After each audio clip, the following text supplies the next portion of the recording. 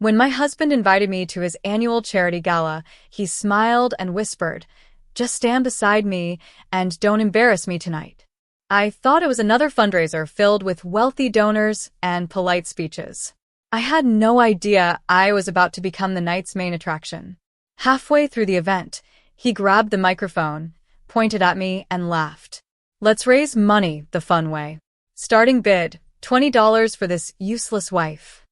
300 guests burst into laughter. I couldn't even breathe. Then, from the back of the ballroom, one calm voice shattered the silence. "I'll bid $2 million.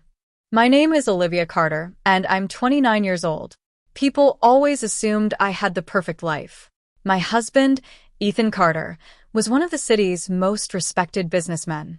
Every year, he hosted a luxurious charity gala that attracted CEOs, politicians, celebrities, and reporters. His face appeared on magazine covers beside headlines praising his generosity. What nobody saw was the man waiting behind our front door. Over the last year, Ethan had become colder. Every conversation felt like a performance review. If dinner wasn't perfect, he criticized me. If I shared an opinion, he dismissed it. In public, he smiled for cameras. At home, he acted as if I was another employee who kept disappointing him.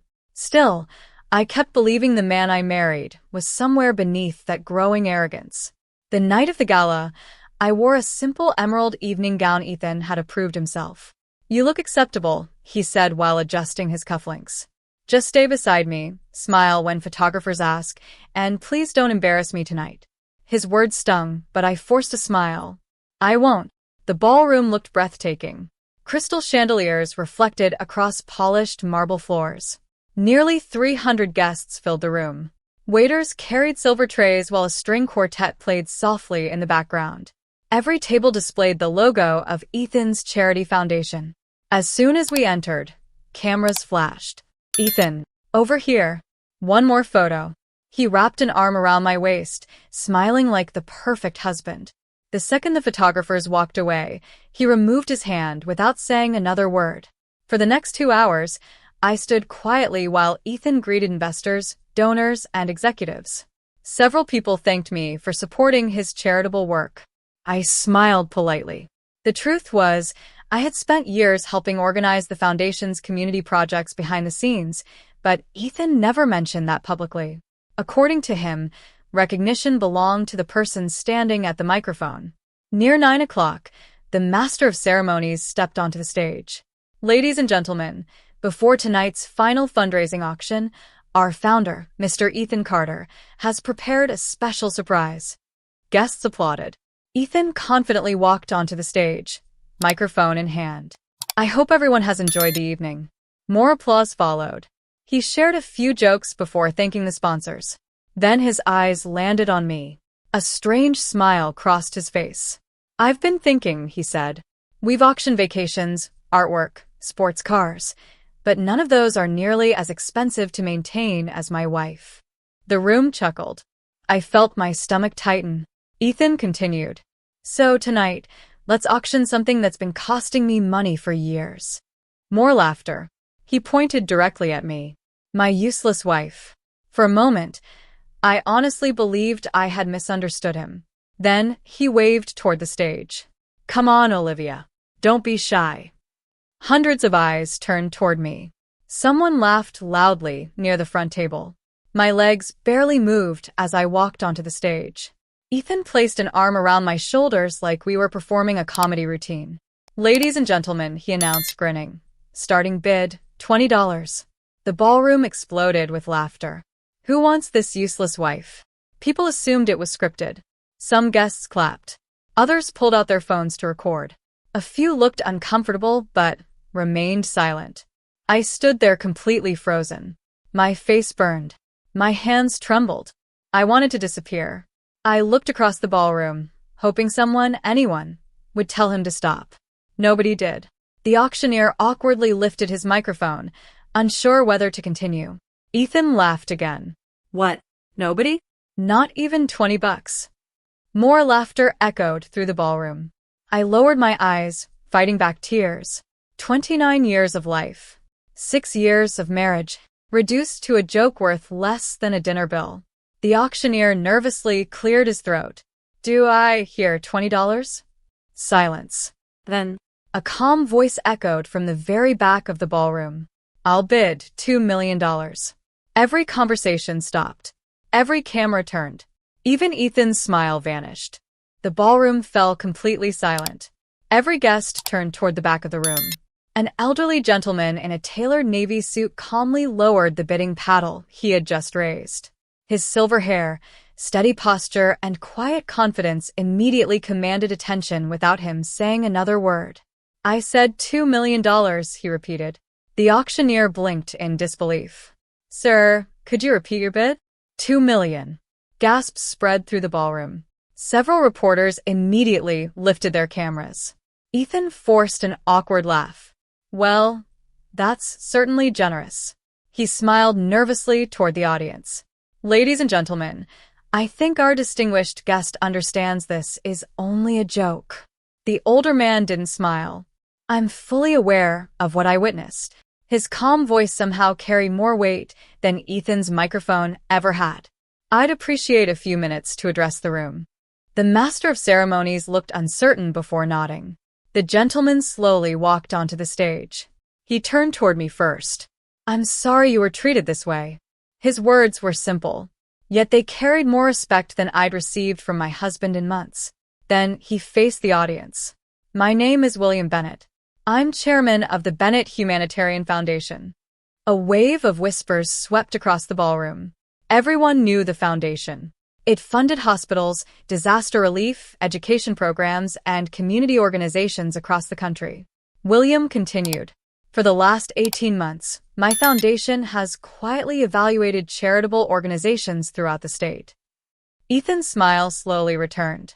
He adjusted his jacket proudly. "I appreciate your recognition, Mr. Bennett."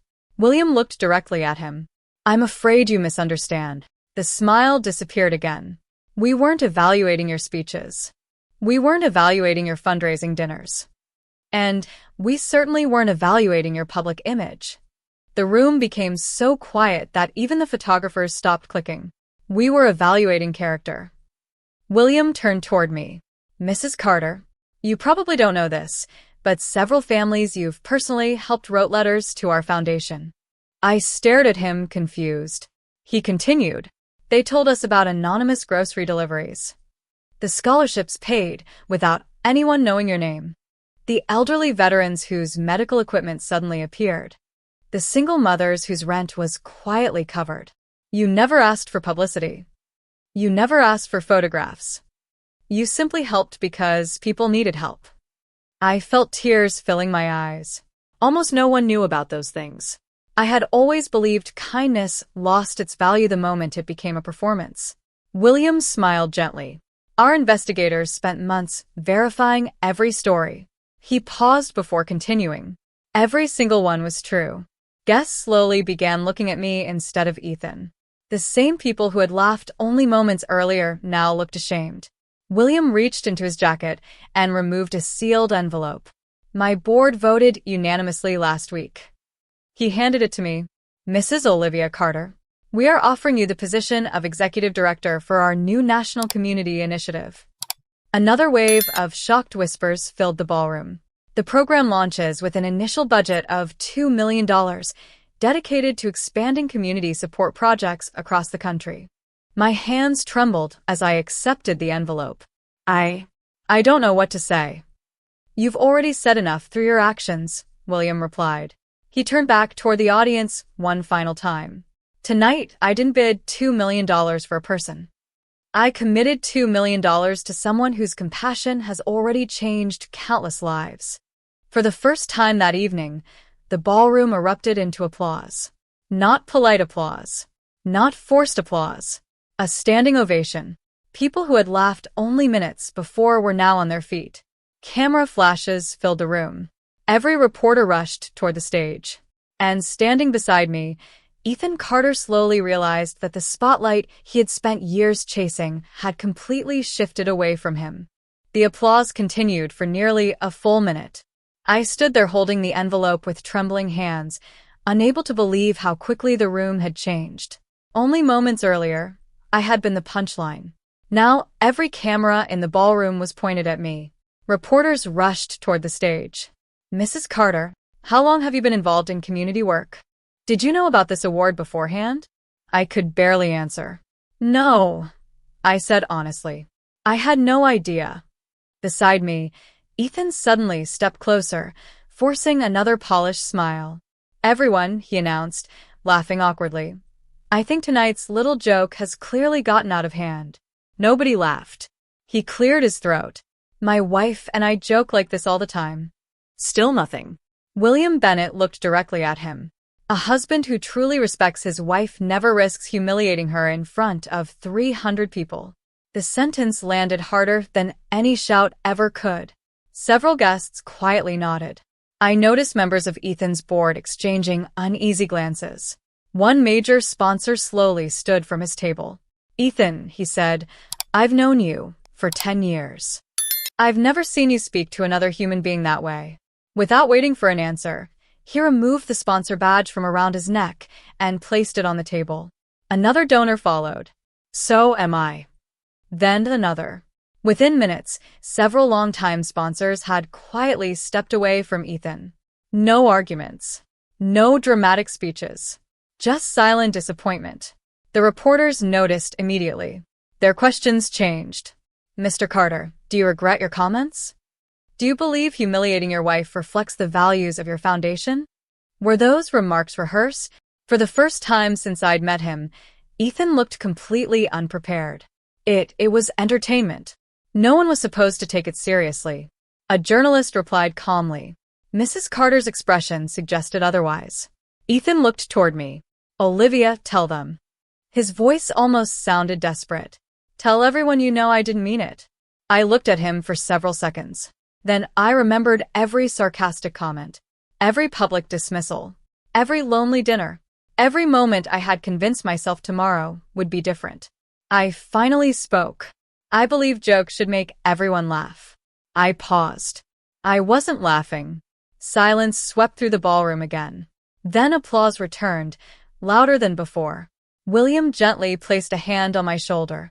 Would you do us the honor of accepting the foundation's invitation? I smiled through my tears. Yes.